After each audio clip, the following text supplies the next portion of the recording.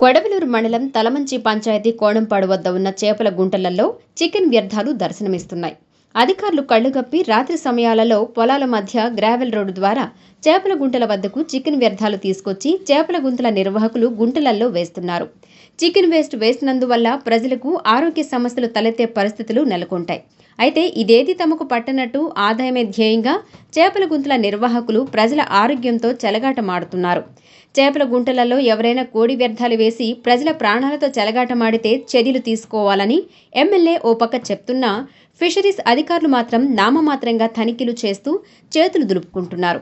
సంబంధిత అధికారులు స్పందించి ముమ్మరంగా తనిఖీలు చేస్తే గుంతల నిర్వాహకులు చేపల గుంటలలో చికెన్ వ్యర్థాలు వేయనీయకుండా నిలువరించే పరిస్థితి ఉంది.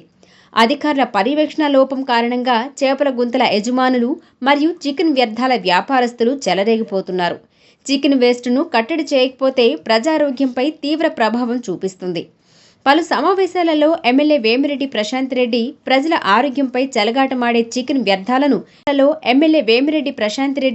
ప్రజల ఆరోగ్యంపై చెలగాటమాడే చికెన్ వ్యర్థాలను నివారించాలని చెప్తున్నా అది మాత్రం ఆగడం లేదు.